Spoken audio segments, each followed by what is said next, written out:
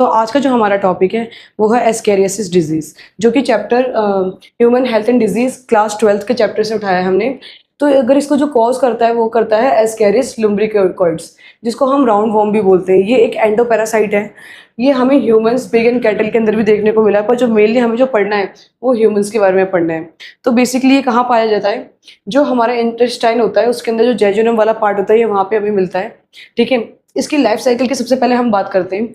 तो जैसे ये फैलता है इस वजह से, जैसे अगर हम मान लो हमने कोई कॉन्टामिनेशन वाला कोई फूड खा लिया, ठीक है, जो कॉन्टामिनेटेड है, या फिर जिसके ऊपर जैसे सॉइल वगैरह होता है या फिर वहाँ पे वेजिटेबल्स वगैरह होती हैं, तो उसके ऊपर जो हमारा एस्केरिस का जो एग होता है वहाँ पे उसको वो लगा हुआ है और हमने उसको वो खा लिया। इट मीन्स कि वो अनहाइजीनिक फूड्स वगैरह जो खा लेते हैं, तो उसकी वजह से क्या होता है, उसको हमने लिया तो उसका एग हमारे मुंह के अंदर गया।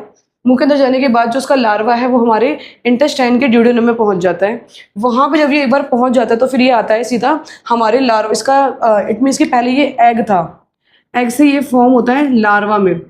और जब ये लार्वा बनता है तो ये क्या करता है, हमारी जो ब्लड स्ट्रीम होती है ना, जैसे ये हमारा ड्यूडेनम है, यहाँ पर ये इसका एग का लार्वा बन गया। अब ये क्या करेगा, ये हमारी जो ब्लड स्ट्रीम्स होती है ना, ये उनको रप्चर करके उनके अंदर एंटर करेगा। और अगर एक बार ये हमारी ब्लड सर्कुलेशन की लाइन में चले जाता है तो इट मीन्स कि हमारी बॉडी के किसी भी पार्ट में जा सकता है।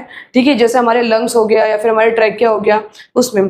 तो ये जैसे हमारे लंग्स में चले जाएगा, ट्रैकिया में चले जाएगा, फेरेंक्स में चले जाएगा। लंग्स में चले जाएगा तो हमारी ब्रीथिंग में प्रॉब्लम करेगा, ट्रैकिया में चले जाएगा तो वो ब्लॉकेज कर देगा।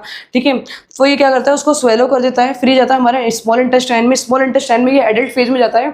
उसके बाद क्या करता है कि हम जब फीसिस वगैरह करते हैं तो ये हमारी बॉडी से एग्जिट आउट हो जाता है। फिर उसके एग रिलीज वगैरह वो हमारे फीसिस के साथ निकल जाते हैं। अगर हम इसके सिम्टम्स की बात करें तो देखो, इसमें होता है लॉस ऑफ एपिटाइट, मतलब कि इसमें भूख नहीं लगती है। ऑब्स्ट्रक्शंस हो जाता है, मतलब कि हमें सांस लेने में प्रॉब्लम होती है।